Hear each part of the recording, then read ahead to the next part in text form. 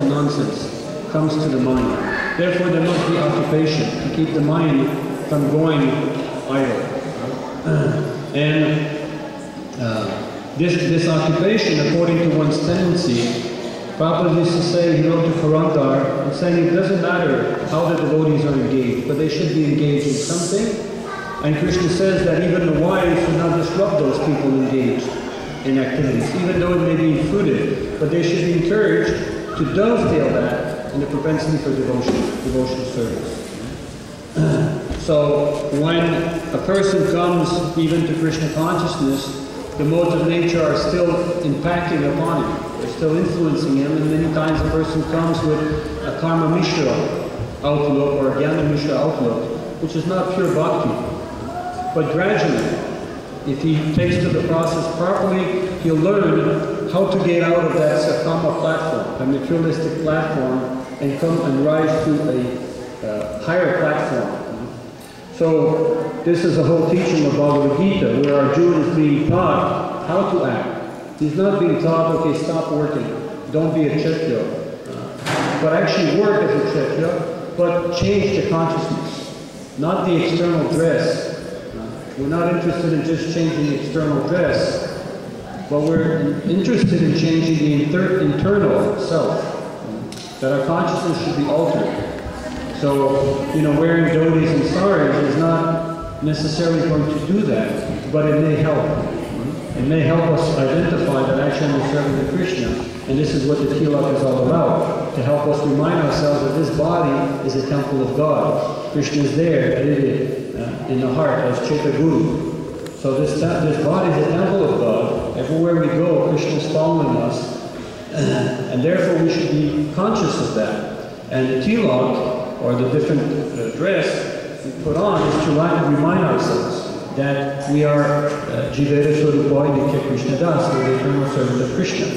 Now, if we have to come to that level, there are different processes that are there. And if it exists, then even in the Western world, there's atonement. One goes to confession for one's sin. In India, one bathes in the Ganges, in the sacred rivers, and so forth. The whole idea is purification. And here, it's mentioned the Grihastha household, the Grihastha ashram. So Krishna also, when he was on this planet, he was also a householder. At the same time, he demonstrated his greater exalted position in marrying 16,108 queens. We have a hard time maintaining one wife, but Krishna was maintaining so many wives. Of course, sometimes people must understand Krishna's position, that if he's presenting Dharma, how can he marry so many women? For them, that is seen as some kind of debauchery, some kind of, Krishna, some kind of playboy. So they misunderstand Krishna's position, that actually Krishna is the only Purusha. In nature, there's Purusha and Prakriti. Purusha means the enjoyer, and Prakriti means the enjoyed. So Krishna is the only male. Although we may have here in this world as male bodies, but the idea, and in the spiritual world also, there are many male personalities, but the whole idea is the mentality is that of being a servant, not a master. Only Krishna can maintain and be the master, because he's the supreme controller. That is the one personality who can maintain everyone else. Therefore, he's the master. And we're all dependent. No one of us is independent. We may try to be independent by waving a different flag, but that will not make us independent. Everyone is dependent. We depend on the air we breathe, we depend on the sun, we depend on so many things. And when we transform the gross elements, then we claim these things to be ours. We take metal and we make a car, we take all metal now, this belongs to me. But it's simply a transformation. And we've discussed this in the past, that if you hire someone, a carpenter, to build a house, it doesn't become the carpenter's house. It remains your house. You hired the guy to build your house, and you supply the materials. So, or he may build anything. Someone builds a table, you hire him to build a table, but it's your table, not his. You hire him. So similarly, Krishna engages us in so many ways, but we think, oh, now it's mine. It remains, it belongs to Krishna.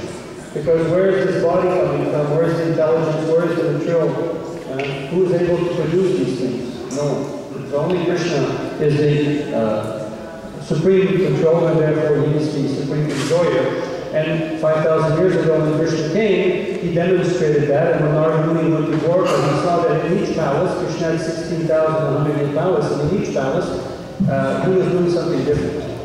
He was manifesting something different. Nor did Krishna have to go to work to maintain all that. We have to go to work, we have to do so many things to maintain the artificial existence, but Krishna had nothing to do. So this is one of the definitions of God, that God has nothing to do. He's not obligated. So here Krishna, when he comes, he's not obligated, but out of his compassion, he sets a standard. As he says here, if I don't set a standard, who will? Just like us, most people are concerned about their privilege. I have my freedom and I have my privilege. But as a privilege and freedom doesn't mean you become a cat and a dog. As human beings, especially as adults, we have to set a standard for the young children because they're looking towards us. So if they see human beings degraded, debauchees, smoking, drinking,